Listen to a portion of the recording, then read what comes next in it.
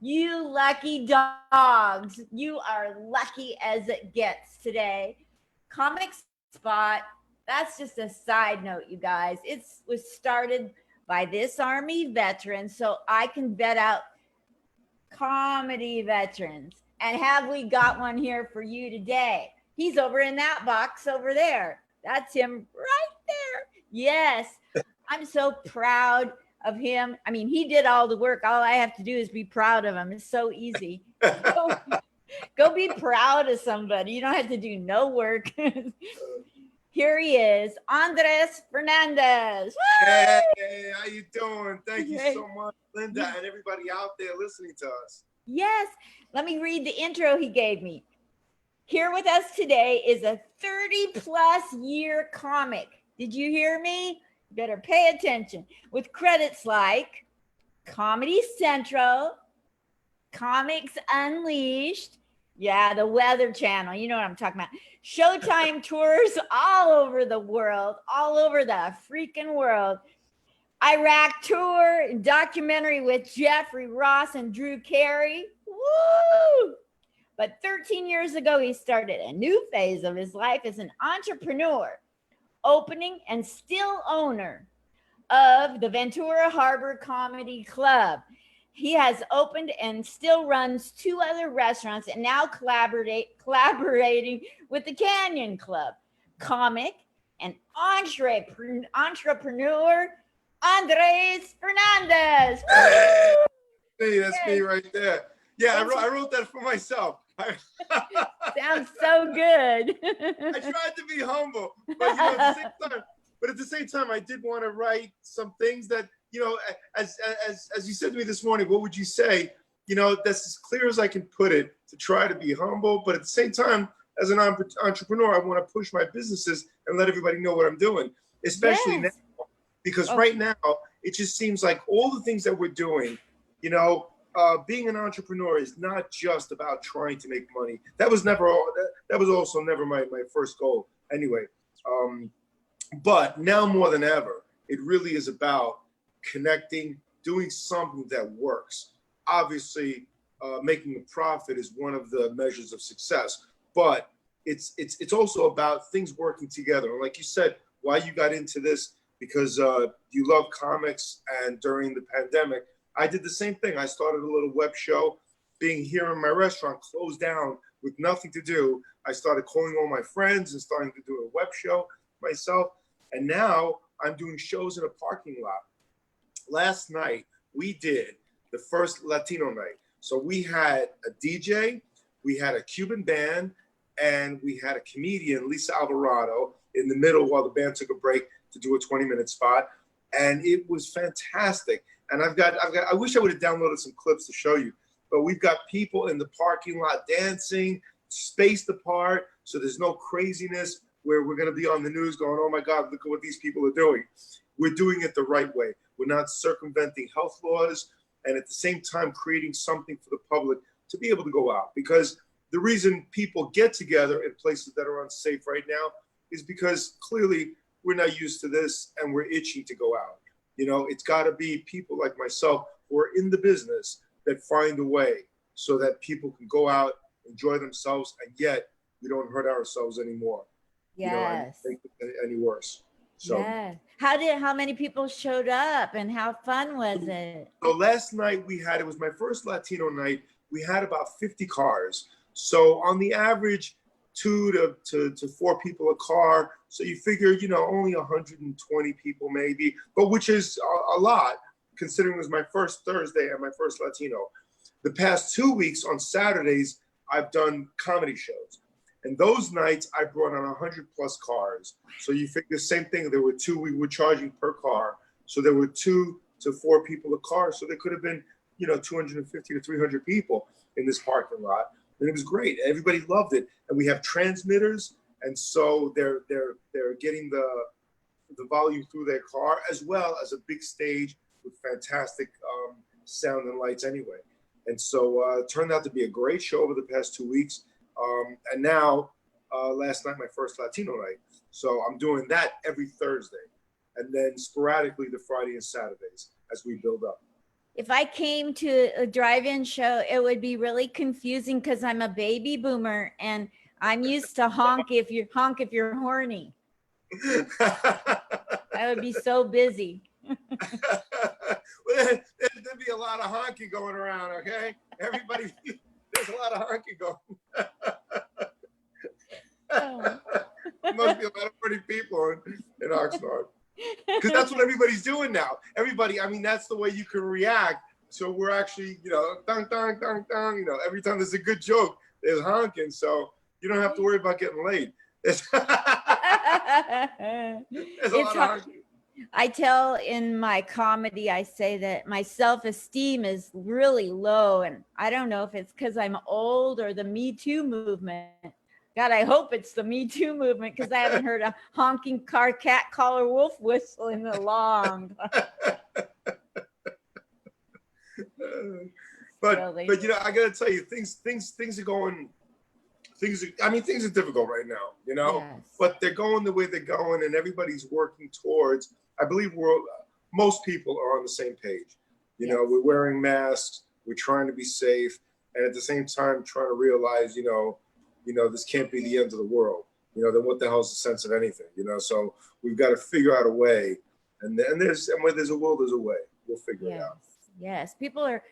I've noticed from the first time I called someone on Zoom and the person was severely depressed, confused, distraught by the world, as I was, which is why I started doing this in the pandemic, is that the people's spirits have lifted and there's some measure of hope out there for the future. Yeah, for sure. And I believe people are aware that that's what they want. It's actually really a positive thing that's happening to us to realize what we really want out of life. It isn't about money and selfish and materialistic things. There's something. This is making us aware of what we really want. I think we want to be right with each other. Yes. We want the world to be right. We want people to support each other. And not feel like you're really out there all alone. Because the social distancing brings that really home, where you realize that's really not what I want. I don't want to be alone in a mansion, you know what I mean? Yes. Or whatever. I want to be with my people. And it's one of the things that I think is going to be a real benefit in my business, because I'm in the entertainment field. And that's what I do, is bring people together, and so the fear of this is the end of social gatherings, it's just like, that's the end of my career. You know what I mean? One of them. I have a few other things that I enjoy doing, but one of my main careers are nightclub, live entertainment, restaurants, where people gather together. And so not until I see more of a sign that that's absolutely gone, am I going to give up. In the meantime, I'm going to find a way to get through this. And then I believe afterwards, like I said, people are going to appreciate what we do even more. They're going to appreciate live entertainment. They're going to appreciate going out to a nightclub, going out to a restaurant, socializing in a way that we just have just a new appreciation for each other. Yes, absolutely. So what all would you like to plug? Because you have the floor to talk as long as you want to get people to know everything you want them to know about you and your club or you. Well, I would love to plug, believe it or not, one of the businesses that I'm collaborating with, the Canning Club. The Canning Club has taken a massive hit. Okay, this is a club that they've got 6 huge locations. The Savant Theater in Beverly Hills seats 1,900. The Libby Bowl seats 1,300 in Ojai. The 2 canyons in Agora Hill and Santa Clarita seat 800 each. They had the Rose of Pasadena that sat 4,000, I believe was the number. And so they were big locations, all shut down, And and also the Oxnard Performing Arts Center that seats 1,600. And so all of them shut down. So you want to talk about a hit. This company has taken a massive hit. But the owner he is a beast. This man it's got to be one of the best nightclub promoters, restaurateurs owners you've ever seen. He's a beast. He's not giving up. And he is, you know, without any income coming in, without anything, completely cut off, and having all this to manage and hold up 400 employees, is finding a way through the weeds to make it happen. And I'm honored to be working with them and to learn, you know, to be basically mentored by someone like that who's got so much. He was the general manager of House of Blues, and in Vegas and in New Orleans and California, and his name is Lance, and so he's a phenomenal restaurateur, owner, nightclub promoter, and and so I'm honored to be working with him. And so I wanted to first talk about that, only because in working with him is where I'm doing like that show last night in his parking lot at the Oxnard Performing Arts Center, that has a parking lot for 160 cars that we can start to put together shows in a safe way, you know. And this was actually his idea, and then he came to me and said, "Can you put it together?" And so I'm doing the the footwork of putting it all together, but this was his idea. So he's not somebody who lays down and dies, you know. And so like I said, I'm honored to be working with them. And then my other two businesses, well, I have three businesses. I own the comedy club, the Ventura Harbor Comedy Club, that I can't wait till things open up and I can get comics back. They're calling me, and, you know, they're all itching to work. You know, obviously, you know, comics, you ain't a comic unless you're doing 300 shows a year. You know what I mean? Comics Exactly. work every night.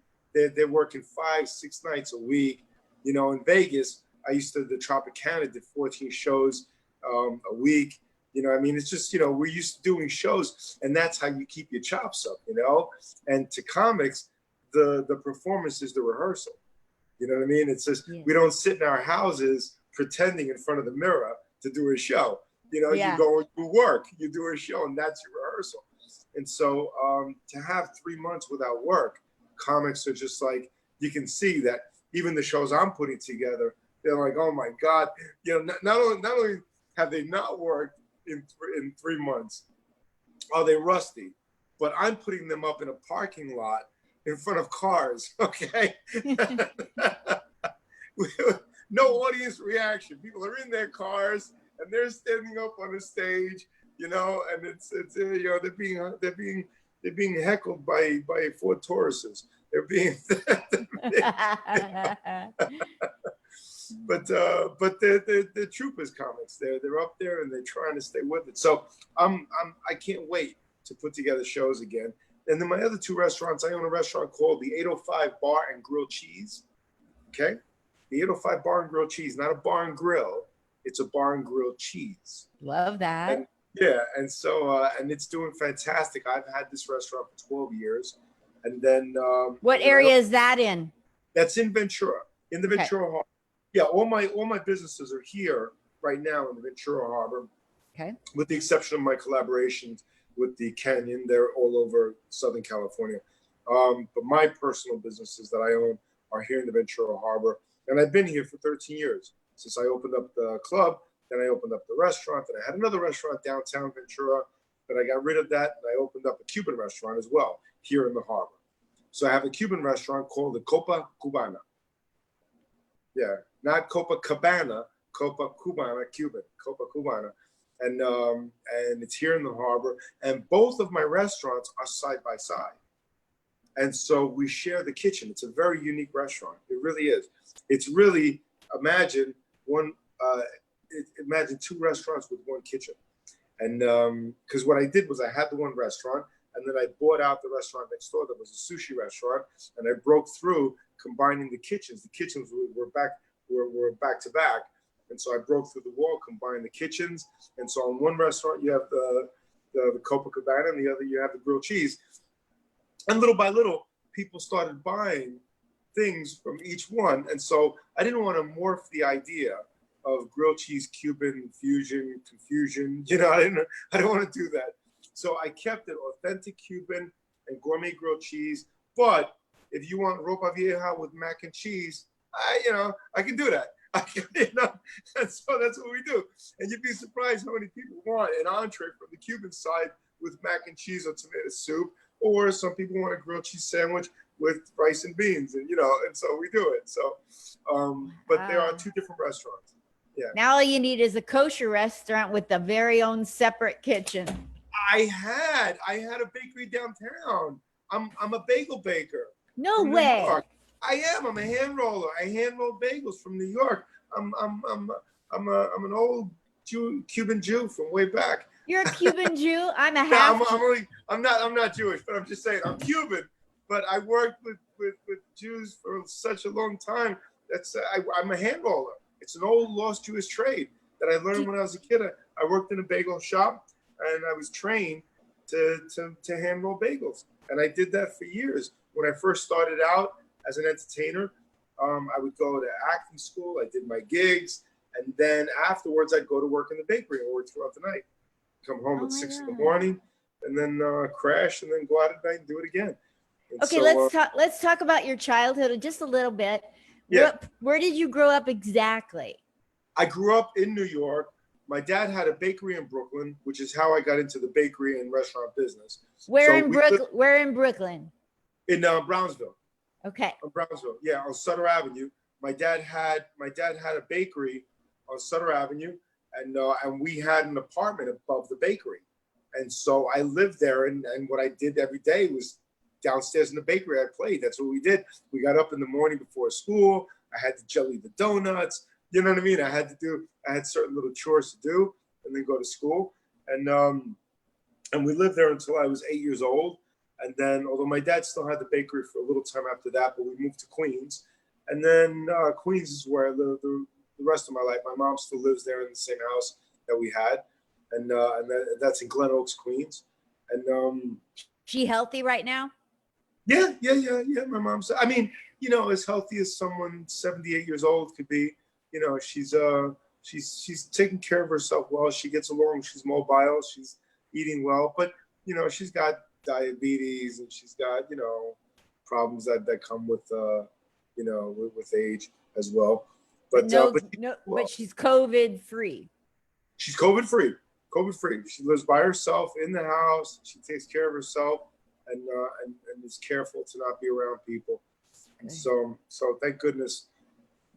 Although I have had two people in my family, two cousins, who have had it on the East Coast, and so they're fine now. But one of them had it pretty bad, and then the other one had it not as bad, but the whole family had it. Her husband, and the two kids had it. And so so I know what it is to be affected by it. And right now they're saying that if you haven't had it, you probably know somebody who has had it. Yes. And so that's where we're at right now. That's right.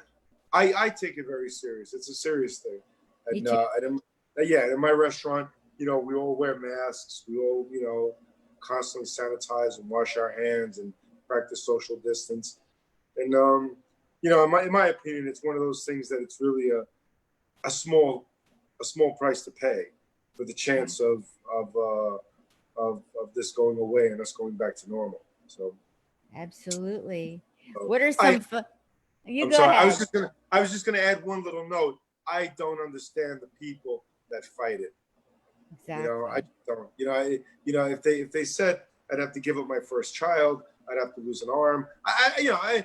But to wear a mask, is that really the big deal? What's I know. So I just don't understand people that fight that. That as if we're taking away your right. I'm only part Jewish. It was my dad, the wrong half.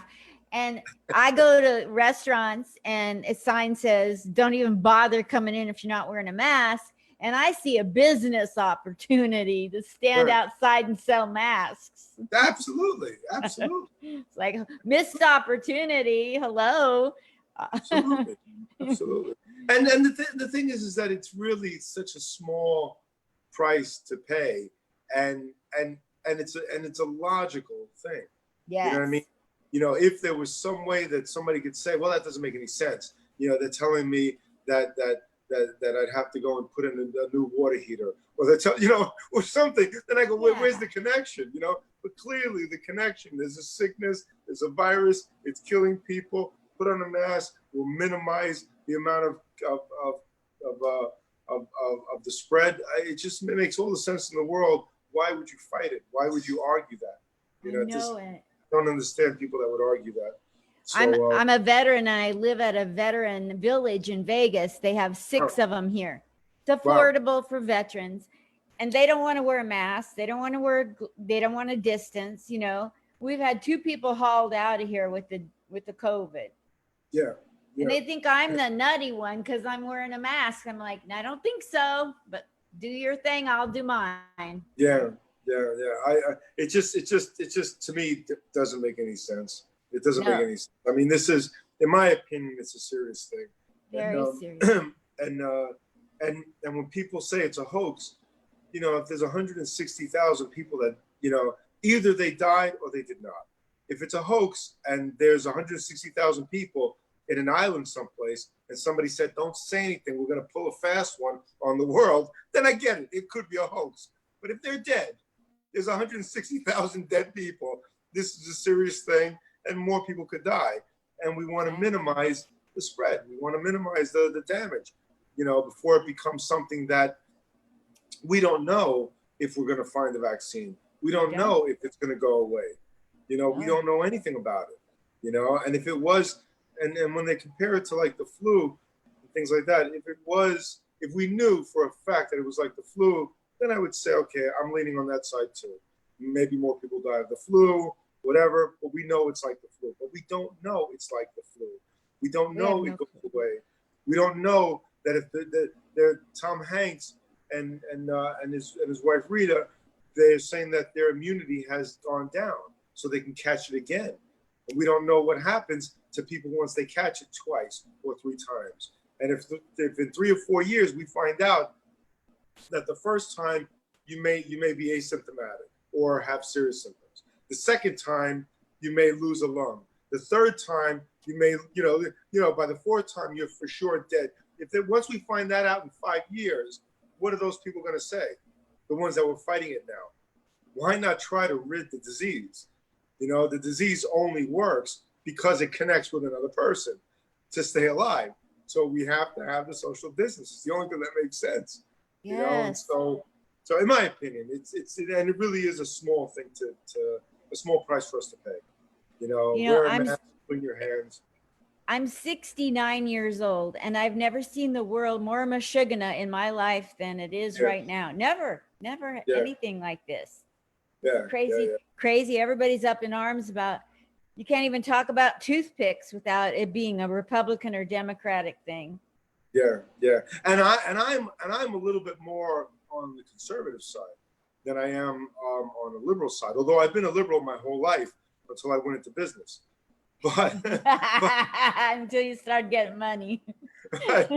but even though a lot of my views are a little bit more conservative, a lot of my views are still very liberal, where I look at things like we have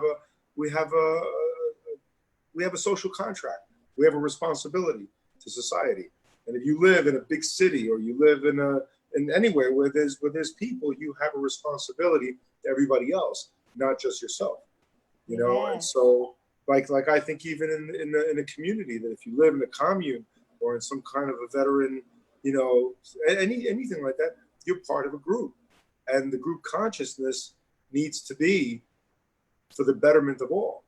And unless they have a specific, like I said, unless someone can tell me specifically, they know absolutely certain what's going to happen in a year, then okay, I'll listen to you. But if you don't know, if nobody knows what's going to happen, then let's err on the side of caution. Yeah, it's not rocket science, That's it's just that's what I think. That's what I think. Nobody knows what's going to happen with this disease. Nobody knows if this is really the end of the world. Nobody knows. Yeah. And so I don't know why not pray for the best, but at the same time, do what we can right now to be supportive, to be together, to try to find a way. That's why this idea of doing a show in a parking lot, I'm excited about it, because I'm not circumventing health laws. I'm creating something where we had people dancing and they were easily 10, 15 feet apart from each other. But the whole parking lot, I could eventually fit in 160 cars where everybody's dancing. My daughter, we just had a baby. My daughter, Congratulations. Thank you so much. And she had her baby 10 weeks ago, and she went Saturday to my comedy show with her, with the baby, with my grandson and her husband, and they set up, 2 chairs, a little table, a little picnic. They watched the comedy show, and they had a great time. And she said, Dad, we really enjoyed it. We were looking forward to it, and we were able to go out with the baby, sit there and watch a show. And so I think you're onto something. And so that's what I want as an entrepreneur, something that's win-win. You know what I mean? Yeah. Really, hopefully we'll make money at it. But right now, if we break even, I've done a good thing. We created something good for people to go out and be entertained, be together, and at the same time, not spread the disease. So, Comic Spot, I love it. I know you've loved it. Let's keep it going. I need your help. I developed it so you out there can get to know comics, whether they're brand new or 45 years in the biz. We're going to get to know them so you'll know who to love. So all I need you to do is donate to my Cash App, and that is Linda Marcus Smith. I would really appreciate it. Thank you. Sorry, what? No. I said because there's a way to do it. When you see all these parties going on, in Florida, in LA, these house parties, there's a way that we can do this, that we can have social gatherings and at the same time practice social distance. Yes. Do you have car hops on roller skates? No, but I'm working on it. I've got a guy on a skateboard. Okay. That's even better. Yeah, we're doing it right now on a skateboard. So we got a guy on a skateboard going back and forth, and that's been cool. But little by little, that's coming. That's coming. Awesome. Yeah, awesome. Yeah. When's the next drive-in theater that you're doing? So it's going to be on Thursday. Every Thursday now, I'm doing a Latino night, and that's going to be a different Latin group. Like next week, I'm doing a Havana night. The week after that, we're doing a Mexican night. And then as far as the music goes, we have reggae on Sundays, and then Fridays and Saturdays, we're just booking them now with different bands, different cover bands, all kinds of different bands. So we're just starting that now. And if anybody's interested, go to parkedcarcomedy.com. Parkedcarcomedy.com. Yeah, parkedcarcomedy.com. And you can see all the shows that we have coming up. You can buy your tickets right there. And if anybody's here in the Southern California area. And if anybody would like us to produce a show, anybody who has a fairly large area, like a parking lot, tell me, and I can put that together as well. Get a hold of it. Well, I'm a buddy of Jeffrey Peterson. He was on yesterday on your thing. If he gets booked, I'll ride with him and come to the show. You got it. Yeah. You got it. Say hello to Jeffrey. I will. He's a good buddy. He's been very supportive of my young comedy life. Oh, fantastic. And patient too. He's a good guy. He's a good guy. Yeah. So there's a lot of really good comedians that are supportive here in Vegas. Yeah.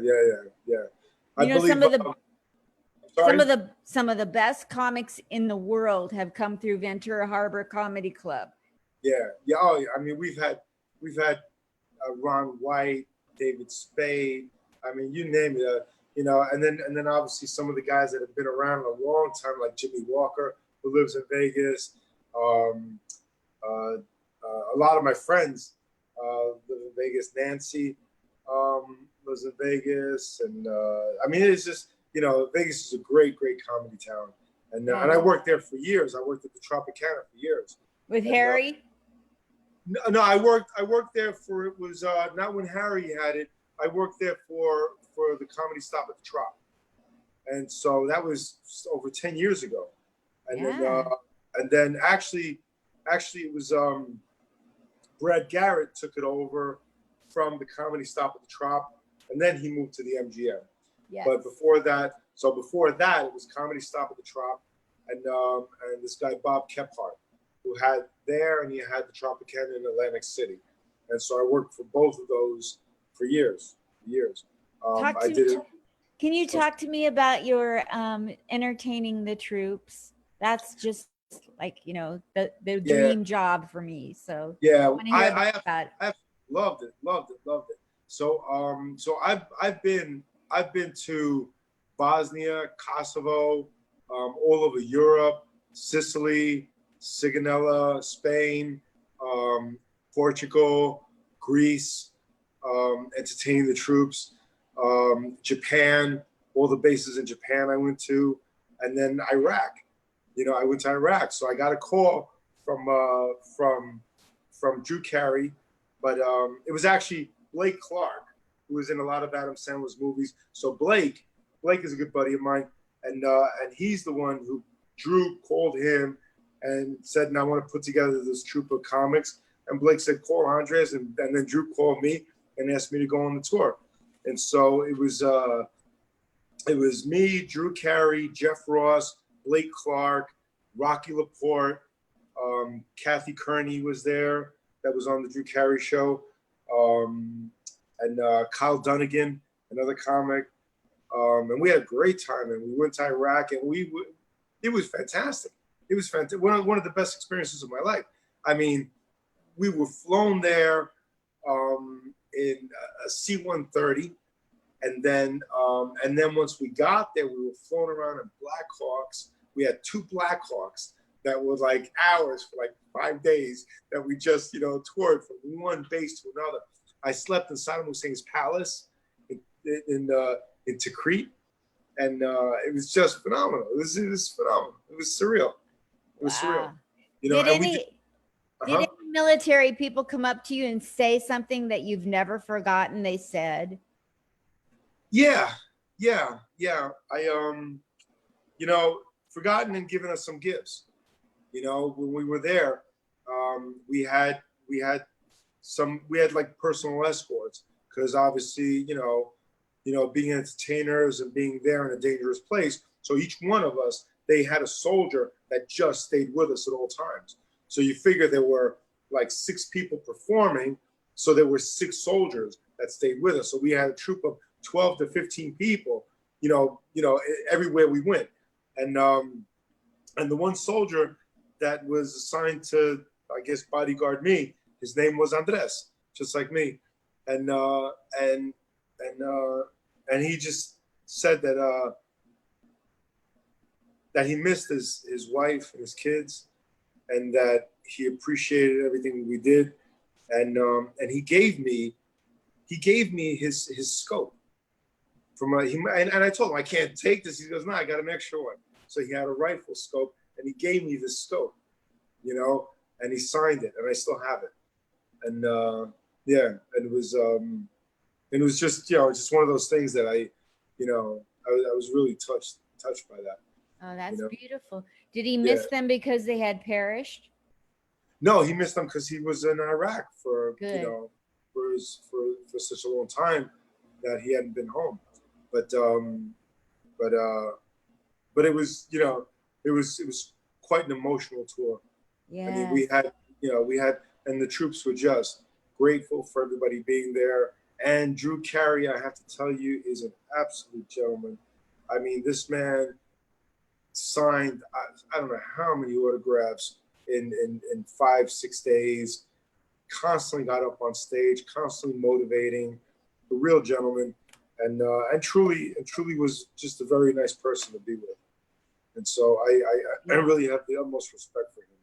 Absolutely. And then Jeff filmed a documentary that's called Patriot Act, so you can check it out. Patriot Act. It's been on Showtime, HBO, and how do you spell it? Patriot Act. Jeffrey Ross. Okay. And check it out. And he filmed that tour, and then he sold it. I was like, what? He sent me a release, and I was like, all right. And I just signed it. He's like, I'm filming this little thing, but just in case, would you mind? Next thing I know, it's on HBO. I'm like, what the hell's going on here? Oh my Lord. But God bless him. He created something really nice, actually. He's And got so, such a following. You know, he's taken over Howard Stern's place in a lot of regards. yeah. He's a great guy, funny guy, and so really talented. Always writing, always coming up with something. And Love it. so yeah, I'm honored to to have been in the same circle as them and to call them my friends. I have one question for you, and then we'll replug your website and your shows and your restaurants, businesses. I want to know when was the first time you got up on stage, and how scared were you, and how did it go? The first time. It was my very first time. Was a place in New York on 14th Street called the Eagle Tavern, and it was terrible. It was terrible. It was about 30 or 40 comics, all of them just like me, just starting out, no audience, and nobody would laugh. And I went there with my little brother, and I told him that I wanted to do this and get up on stage, and I did it. And as I'm doing it, he started heckling me. I'm like, what? How did you do it? You know? And there's my brother Richie going, you suck. I'm like, what the hell is wrong? What's wrong with you? You know? But that's a whole different kind of bringer. Yeah. Do you know Gladys Simon in New York? No. She used to do Hamburger Harry's and. Oh yeah, I know. That was one of the places that I started out at. She's my comedy coach. Okay. So that was one of the places that I also started out at. CBGB's Record Emporium. So CBGB's had a little record store next door, and they had a landing, and you would go up on this landing, and they had, whatever, 8 people sitting there watching you, and but the same thing. It was like comics that just put their names on a list, and they would come in, and the only audience you had was the 6 or 7 comics waiting to get on after you. And then as soon as you got off stage, you would leave and go to the Eagle Tavern or go to Hamburger Harry's, and you'd pick up 4 or 5 spots like that throughout the night, and it's just brutal. It's brutal. Yeah. I love the New York comedy scene. I'm still plugged in with them. I've lived there twice. Love New York. Love it. Yeah. People are awesome. Same here. I miss it. I mean, I'm cool here in California, but New York, I didn't realize I'd be out here 20 years. Yeah. I thought I'd be out here like 4 years, but it wound up being obviously a lot more. So now I've got a life here, and I've got businesses here, and my grandchild is here, and so the best I could hope for is to someday be a little bit more bi-coastal and spend a little bit more time. But I definitely want to get back home. Yes. So replug everything that you want to plug. So I want to plug the Canyon Club. I want everybody to see what the Canyon Club is doing, because we're going to be doing shows at the Oxnard Performing Arts Center. We're going to be doing shows in Montclair, and we're going to be doing shows in Agora. So little by little, all of these spaces that we have parking lots, we're going to start doing the same kind of shows. Then I also would love for them to stay in touch with me and the Ventura Harbor Comedy Club. But that's obviously a comedy club indoors, and so it's going to take me some time when this is all lifted for me to open. My other two restaurants are open right now. The 805 Bar and Grilled Cheese, because I have a big patio area. So the 805 Bar and Grilled Cheese and the Copacabana, the only Cuban restaurant within 50 miles. I'm the only grilled cheese restaurant within 50 miles of where I'm at. And I'm positive I'm the only grilled cheese Cuban restaurant in the country. Okay, maybe the world. Okay, I don't know anybody who's got grilled cheese in Cuban. All right. So. Oh my gosh. Well, thank you so much, Andres Fernandez, for coming on. I appreciate from Ventura Harbor Comedy Club. And what's the name of your website again? Parkcarcomedy.com? Parkcarcomedy.com. Wonderful. All right. So check out parkcarcomedy.com, or you can go to 805copa.com and see what I'm doing. Or you can go to the Canyon. Okay, the Canyon Club, and and you can also get connected there. All right? Got And it. see all their shows. Wonderful. Who are you on Instagram, Twitter, and Facebook? And YouTube? It's either 805 Copacabana or Andres Fernandez. I'm sure you'll find any one of those. They'll link you in. Got it. Thank you. I'll plug you. I'll plug the heck out of this. Thanks for being thanks for being a mention coming on. I appreciate that. Thank you so much. Thanks for serving the troops. Always, always. Thank you. Bye. Love you lots. You too. Everybody